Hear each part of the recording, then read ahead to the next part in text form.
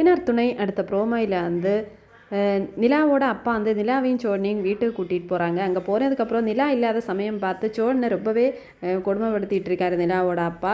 நீ எனக்கு சமமாக உட்காருன்னு தான் இங்கே வந்தியா, கீழே உட்காருடா அப்படின்னு சொல்கிறாங்க. அப்போ என்ன பண்ணுன்னு தெரியாமல் அப்படி முழிச்சிட்டு நிற்கிற டைம் பார்த்துட்டு நிலாவோட அண்ணன் பிடிச்சி வந்து கீழே தள்ளி விட்டுருந்தாங்க. சோழன் போய் விழுறாங்க. ஆனால் நிலாவோட அப்பா நிலா இருக்கும்போது சோழன் கிட்ட ரொம்பவே பாசமாக இருக்கிற மாதிரி நடிச்சிட்டு இருப்பார்.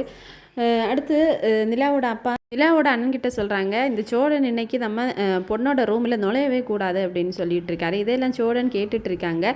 இதுக்கு முன்னாடியே வந்து சோழன் கிட்ட நிலா வந்து சொல்லியிருப்பாங்க, இன்றைக்கி வந்து நீங்கள் வந்து என் ரூமில் தான் படுக்கணும், ஏன்னா நீங்கள் வெளியே படுக்கிறத பார்த்தா என் வீட்டில் உள்ளவங்களுக்கு ரொம்பவே வருத்தமாக போயிடும் அப்படின்னு சொல்லியிருப்பாங்க. இதே சாக்கா வச்சுட்டு சோழன் வந்து ஒரு ஐடியா பண்ணுவாங்க.